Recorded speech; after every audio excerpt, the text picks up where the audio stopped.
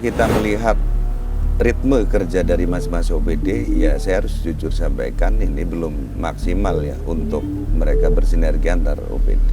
Menurut penglihatan dan pengamatan kami, beratnya beban masyarakat terkait air bersih itu kita kirim untuk mungkin kebutuhan dasar ya, untuk memasak atau untuk, karena di sini mayoritas umat muslim tentu untuk berwudu, untuk ibadah lah, tentang ibadah.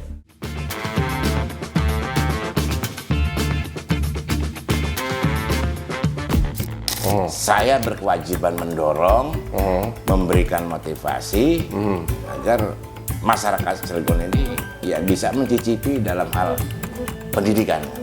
Itu memang berbagai macam program disampaikan ke anggota dewan yang kebetulan saat itu lagi melakukan reses. Semuanya saya catat, direspon atau tidak, nah itu kan bukan di anggota dewan.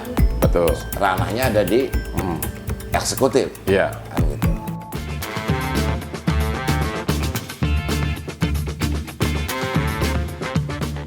Assalamualaikum warahmatullahi wabarakatuh. Halo Sobat Banten News, kembali kita berjumpa di podcast Wakil Rakyat. Bersama saya Gilang Fatah, dan tentunya ini podcast ini merupakan hasil kerjasama antara Banten News dan juga DPRD Kota Cilegon. Dan sekarang podcast pagi ini sungguh luar biasa ini ya. Semuanya serba luar biasa.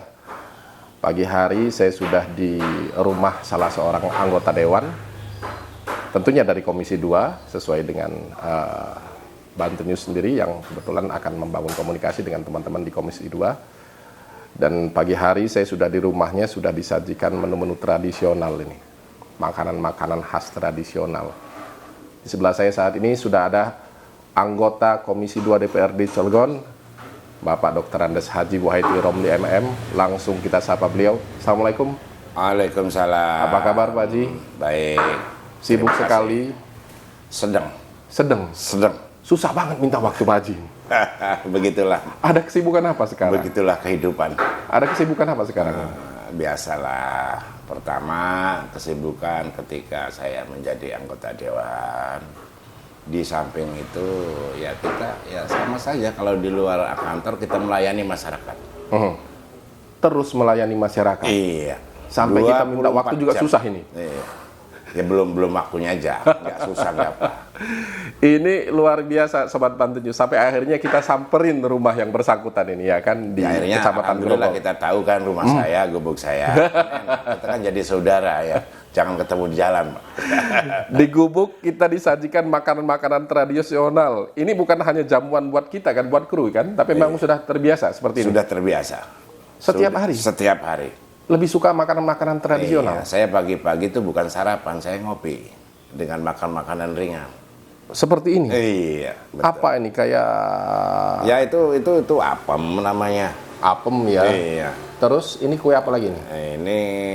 Ini yang hitam, ini gemblong ini namanya. Oh, gemblong. Yang dibuat dari ketan hitam. Enak rasanya. Warna-warni.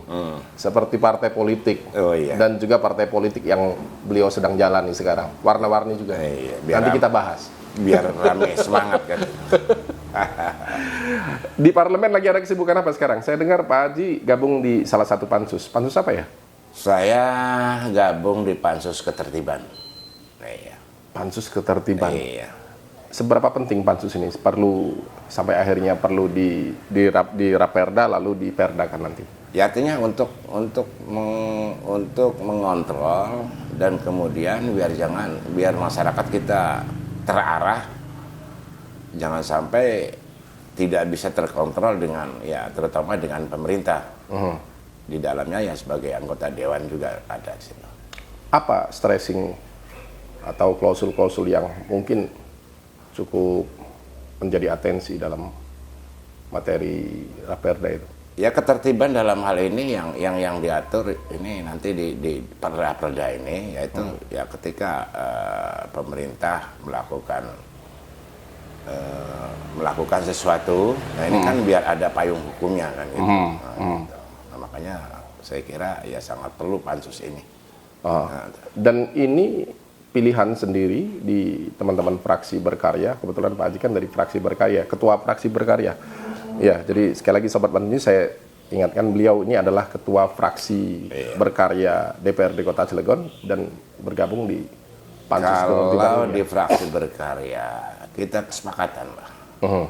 Saya sebagai ketua fraksi juga nggak begitu 100 mengatur dalam hal kegiatan yang ada di DPRD.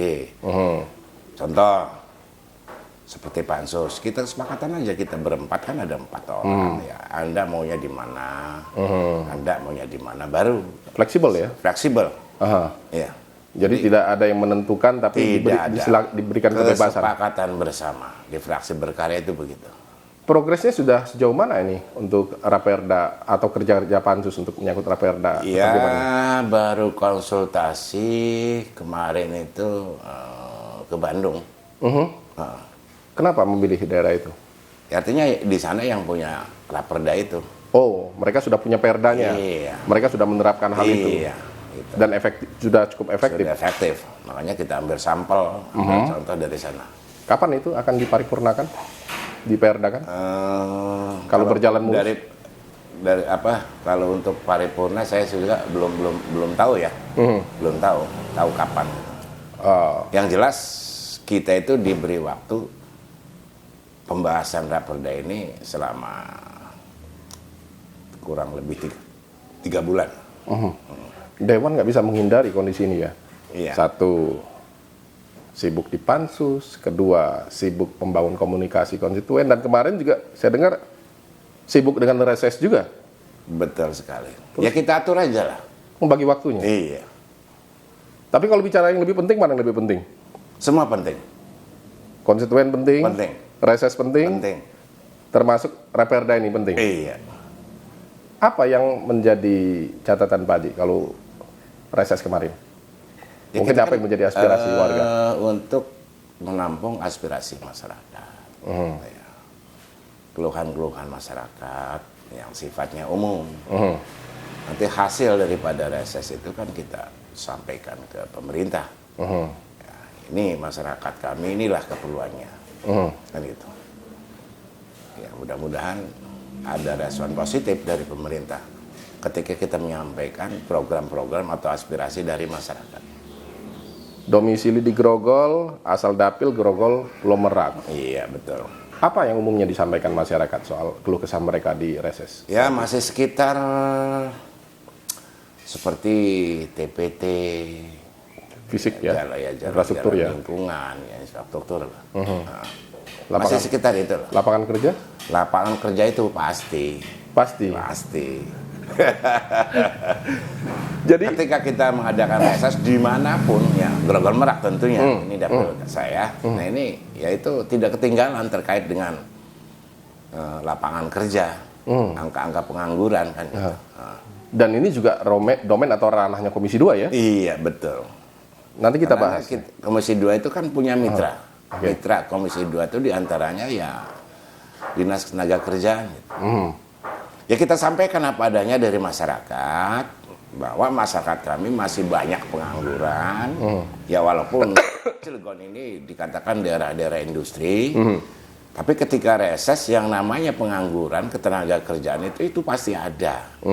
Ya kita sampaikan ke pemerintah dalam hal ini yaitu Desnaker. Iya. Karena memang anggota dewan itu kan hanya menampung, menyampaikan dan memperjuangkan aspirasi. Memperjuangkan kan gitu. Iya. Karena memang intinya anggota dewan itu kan bukan eksekutor. Betul. Eksekutornya kan ada di sana. Iya, Kan di gitu. pemerintah daerah. Iya. Kalau bicara lapangan kerja atau kesempatan bekerja, mungkin cukup mudah bagi teman-teman Komisi 2 karena di Snaker adalah OPD mitra ya. Tapi bagaimana dengan fisik, Ya, menyangkut infrastruktur? Ya, enggak juga sih. Enggak mudah, enggak. Enggak mudah juga. Enggak mudah juga. Kenapa?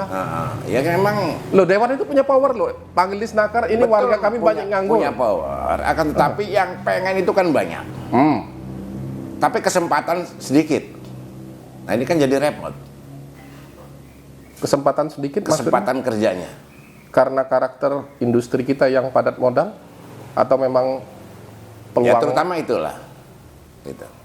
Ada faktor lain, misalkan kompetensi dari Kompetensi ada. SDM? Kompetensi ada. Ya kadang-kadang penduduk lokal itu dipandang sebelah mata, ya artinya terkait dengan keahlian dan lain sebagainya. Ya kan, tetapi kalau kita mau, saya kira penduduk lokal ya tidak ketinggalan, mampu lah kira-kira. Ya kadang-kadang cuma kesempatannya yang sulit. DPRD nggak bisa mempressure hal itu ke pemerintah daerah. Dalam hal ini misalkan Iya, kalau tenaga DPR kerja. kita cukup mengingatkan ke pemerintah bahwa penyerapan terkait dengan tenaga kerja ini sangat tidak bisa 100%. Ya, mengingat itu faktor-faktornya terkait SDM lah, peluang lah dan lain sebagainya. Ini yang menjadi kendala. Tapi ya selama ini ya alhamdulillah lah bisa sedikit demi sedikit ya penyerapan tenaga kerja bisa jalan gitu. Kalau di mindset masyarakat kita, bekerja itu seperti apa sih? Punya pekerjaan itu seperti apa sih? Kerja di industri seperti itu kah? Atau Ya karena pola pikir masyarakat yang sebenarnya peluang usaha itu kan banyak, bukan berarti kita harus kerja di pabrik? harus kerja di pabrik. Ya peluang-peluang usaha itu kan banyak. Cuma pemikiran masyarakat ya kadang-kadang yang tidak bekerja itu namanya nganggur. Nah, ini permasalahannya. Ya. Padahal peluang-peluang usaha kan banyak. Orientasinya pendapatan kan? Pendapatan, gitu.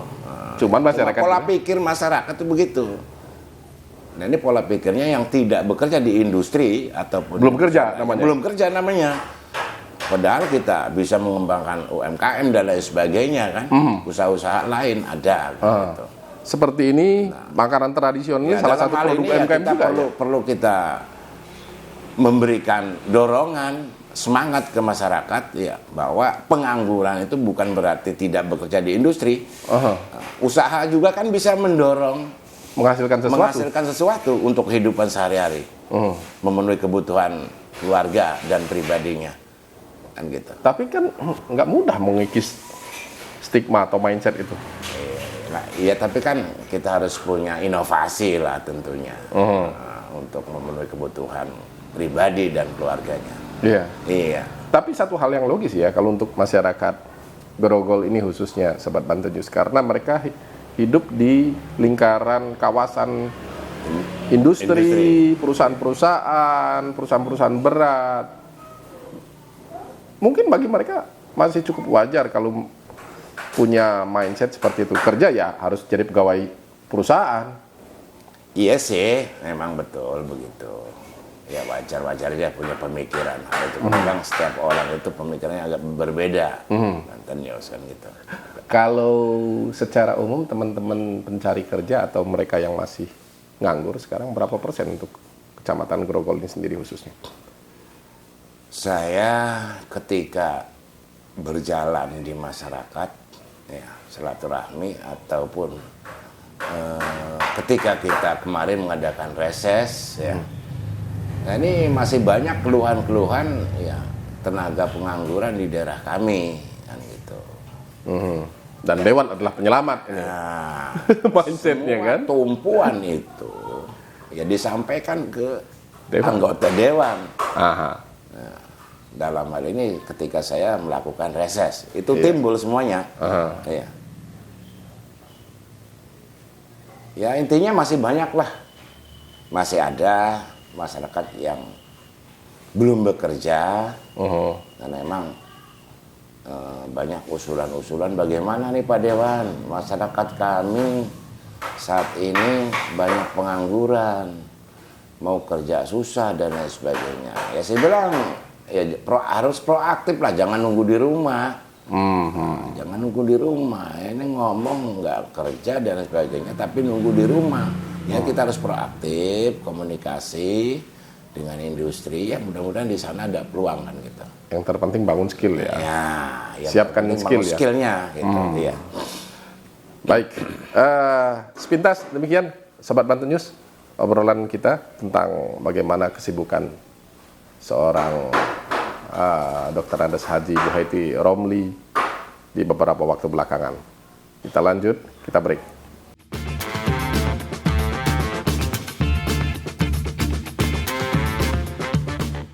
Baik Sobat Banten News, kita lanjutkan podcast Wakil Rakyat hasil kerjasama antara Banten News dan juga DPRD Kota Cilegon. Masih bersama Ketua Fraksi Berkarya DPRD Kota Cilegon, Haji Wahidi Romli, yang sekaligus juga merupakan anggota Komisi 2 DPRD Kota Cilegon. Dan juga biasa yang namanya anggota Dewan itu mereka mesti rangkap jabatan di beberapa alat kelengkapan, termasuk di Badan Anggaran ya Pak Ji ya? Ya, masuk. Di Badan Anggaran. Nah kalau melihat dari komponen jabatan yang dipegang, tentunya semuanya sangat-sangat strategis ini untuk mengawal pembangunan, ya kan?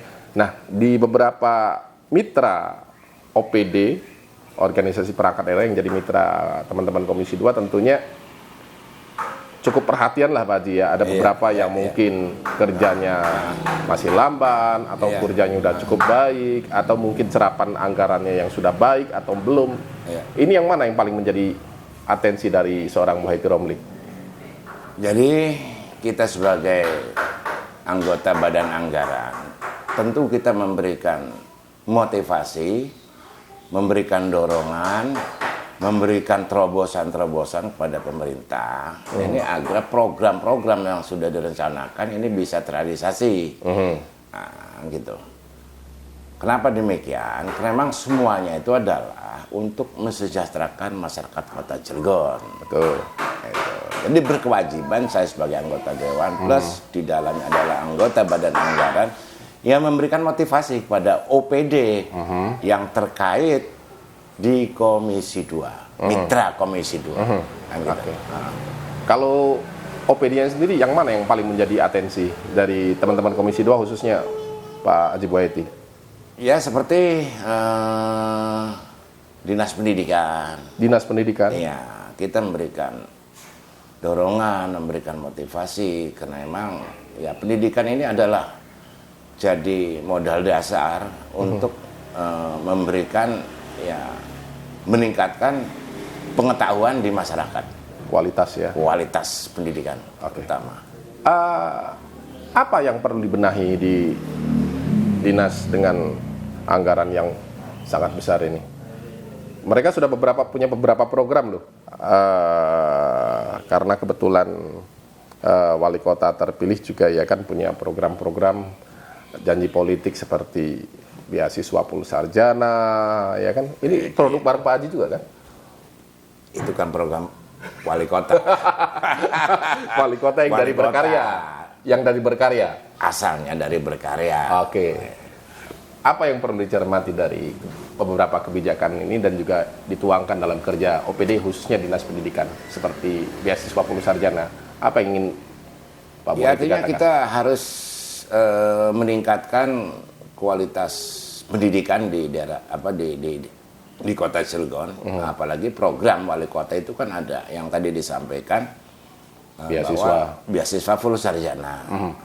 Apa yang ingin Pak Haji katakan soal program ini? Sudah cukup baikkah? Ya cukup baik sih belum, karena memang belum menyerap semuanya. Ya, tapi kan ada gitu aja. Ya.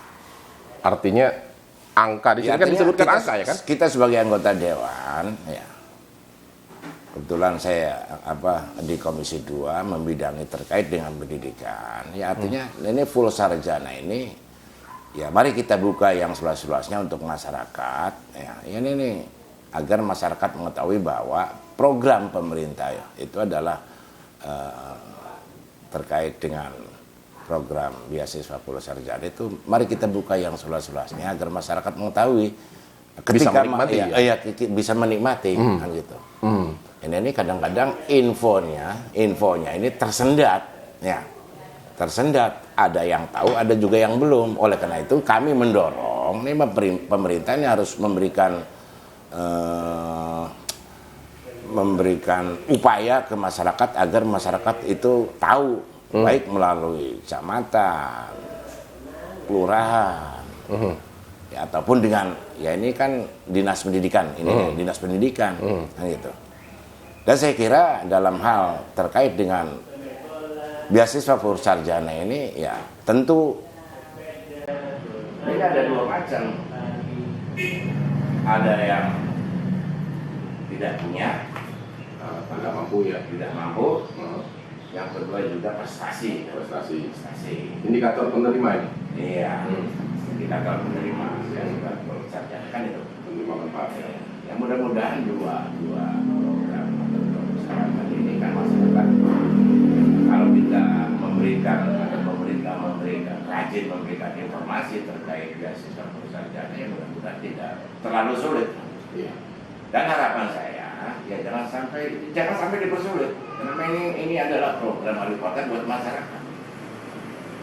Tadi Pak Haji mengatakan informasi dan juga jangan terlalu sulit atau mempersulit. Apa sebenarnya yang ingin dikatakan? Ya, Apakah kita tahu dong karena komunikasi saja. 25.000 ini kan belum mampu terserap. Ya artinya kita kan harus menyesuaikan tentunya, menyesuaikan anggaran. Gitu. Pak Wali pernah mengatakan bahwa ini 1 tahun 1.000. Oke. Ini kan belum full. Ya, mudah-mudahan kita yang jelas kita tidak tercapai target 100%. 25.000 itu. Iya, artinya ya 80% belum. Secara anggaran, kebetulan Pak Haji juga bagian dari teman-teman badan anggaran. Pemerintah daerah siap? Mampu kan APBD kita? Mampu. Ini Tapi kalau mampu itu kan ada persyaratan tertentu. Betul. Ya. Tidak dipukul rata bes, tidak begitu. Ada persyaratan yang saya tadi sebutkan itu. Indikatornya itu tadi Tidak mampu dan berprestasi. Kan gitu. Kemudian itu sering yang disampaikan ke masyarakat baik melalui wali kota ataupun dinas pendidikan itu kan yang menetap sudah selama 5 tahun di kota Cilegon. Dengan sisa jabatan yang kurang dari 1 tahun, Iya. apa iya itu bisa mencapai, kata Pak Haji, itu bisa ada toleransi lah kalau sampai 80%. Bisa sampai ke titik itu? Ya harapan saya sebagai anggota dewan ya harus mampu. Apa susahnya sih tinggal bagi-bagi anggaran gitu? Kan gitu. Iya. Adapun teknis dan lain sebagainya itu Pak, itu kan bukan bagian saya. Teknis segala macam itu kan pemerintah. Saya berkewajiban mendorong, memberikan motivasi agar masyarakat Cilegon ini ya bisa mencicipi dalam hal pendidikan kan, gitu. Iya, yang di backup oleh Yang APBD. di-backup oleh APBD tentunya. Gitu. Kalau masyarakat Anda, Pak Haji sendiri sudah ada yang menerima bantuan ini? Di antaranya ada 1-2 orang. 1-2 orang? Iya. Sangat kecil sekali. Ya begitulah. Makanya ini harus dibuka dengan seluas-luasnya dalam hal beasiswa full sarjana ini, agar masyarakat mengetahui. Maksud saya gitu. Ini apakah belum tahu, apakah tidak mau? Saya juga belum tahu arah ke sana. Kalau indikatornya kurang mampu dan berprestasi. Cuma kadang-kadang begini Pak. Banyak yang cerita ke saya terkait dengan beasiswa full sarjana. Ini kadang-kadang yang mengajukan, ini sudah mengajukan, Tapi sudah disuruh buat rekening dan lain sebagainya. diproses administrasi. Iya, diproses. Cuma kelanjutannya ini ada yang belum sampai saat ini. Ini kendalanya apa saya nggak ngerti. Oleh karena itu ya mohon diperbaikilah ke depan. Apa persyaratan teknisnya kah? Nggak tahu saya. Yang perlu dibenahi? Nggak tahu. Agar masyarakat itu bisa lebih mudah menikmati fasilitas ini? Ya artinya kan ini ada di dinas pendidikan tentunya. Sudah ada upaya ya untuk... jangan sampai ketika mahasiswa itu mengurus administrasi terkait dengan beasiswa full sarjana, ya jangan sampai ya tidak ada tindak lanjut. Kasihan, kan gitu. Kasihan, karena semua juga pengen mencicipi kan. Gitu. Ya ataupun ini tentu persyaratan sesuai dengan apa yang disampaikan oleh Dinas Pendidikan Kota Cilegon. Gitu. ini bukan jadi hambatan bagi seorang Bu Haiti karena mengingat ya itu tadi bagian dari janji politik teman-teman berkarya juga ini sehingga mengusung wali kota terpilih saat ini. Hambatan atau tidak itu saya belum bisa menyimpulkan. Ya setidaknya mungkin ada masyarakat yang menagih ini. Pak Bu Haiti gimana ini? Yang jelas saya sebagai anggota dewan mendorong agar supaya program-program yang sudah direncanakan dan diimbangi dengan anggaran ini mudah-mudahan ya terrealisasi dengan baik, gitu aja. Baik, luar biasa. Ternyata beliau sangat konsentrasi sekali Sobat Banten News menyangkut dengan beasiswa Pulsarjana. Kita break.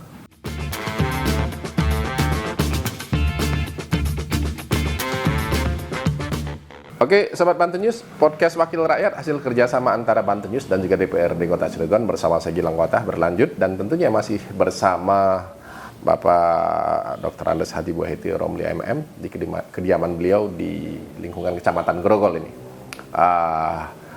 Kita di penghujung sesi hari ini yang pasti beliau dengan sepak terjangnya sebagai wakil rakyat selama ini sudah cukup membuktikan bagaimana beliau mampu menampung dan juga menyampaikan, memfasilitasi hingga memperjuangkan berbagai aspirasi. Sampai akhirnya beliau memilih untuk melanjutkan karir di politik ini sebagai wakil rakyat untuk periode keduanya. Betul ya Pak? Iya, insya Allah. Tapi dengan kendaraan yang berbeda. Dengan kendaraan yang berbeda. Dengan partai apa berikutnya?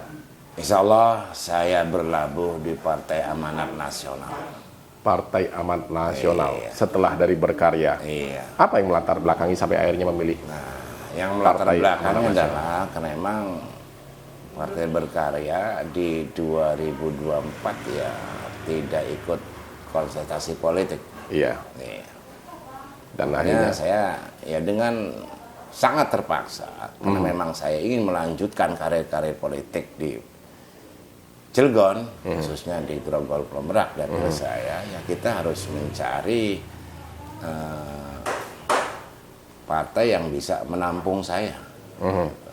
Alhamdulillah ya kita berlabuh di Partai Amanat Nasional untuk menjadi kanal baru menyampaikan aspirasi masyarakat. Iya. Ada tugas-tugas yang dirasa belum tuntas untuk kemasyarakatan sejauh ini. Sampai akhirnya tetap memilih. Justru saya kenapa mencalonkan kembali, ya saya itu belum puas program-program saya untuk masyarakat. Makanya saya ya mencalonkan kembali. Apa yang dijanjikan di periode pertama kepada konstituen waktu itu? Yang mungkin masih menjadi PR lah, masih utang dalam tanda kutip. Ya kalau utang sih enggak. Utang kampanye. Utang ditagih. Utang kampanye mungkin nggak ada ya? Nggak ada saya. Nggak ada, tapi ada komitmen lah mungkin yang dijanjikan. Ya komitmennya kita harus sama-sama berjuang, sama-sama kita kawal. Mudah-mudahan program-program masyarakat kita bisa terrealisasi, bisa direspon oleh pemerintah. Sejauh ini tapi dari reses ke reses kan bukan sekali kan, reses ini kan intens dilakukannya kan, Iya, setiap betul. tahun itu ada beberapa agenda. Dirasa cukup mengakomodirkah? Kalau reses itu memang berbagai macam program disampaikan ke anggota dewan yang kebetulan saat itu lagi melakukan reses. Nah, semuanya saya catat, direspon atau tidak, nah itu kan bukan di anggota dewan. Betul. Ranahnya ada di eksekutif, Iya. kan gitu. Tapi tetap diperjuangkan.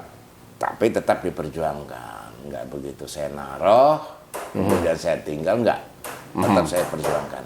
Karena memang itu adalah keinginan atau aspirasi masyarakat yang sifatnya umum tentunya.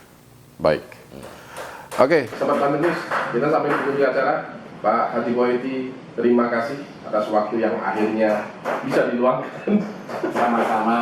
Terima kasih juga atas jamuannya yang luar biasa ini, makanan-makanan tradisional yang tentu akan kita nikmati. Ya, saya terima kasih banyak. Mudah-mudahan dengan proses atau silaturahmi pagi hari di rumah saya, mudah-mudahan Allah selalu berikan keberkahan kepada kita semua. Amin.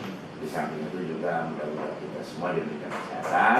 Yang intinya kita bisa menjalankan program-program apa yang dibutuhkan masyarakat. Amin. Sukses selalu. Amin. Sukses untuk hadap politik 2024-nya. Amin. Terima kasih atas waktu. Kita pamit. Saya Gilang Fatah undur diri. Demikian podcast Wakil Rakyat hasil kerjasama Banten News dan PPR. Wassalamualaikum warahmatullahi wabarakatuh.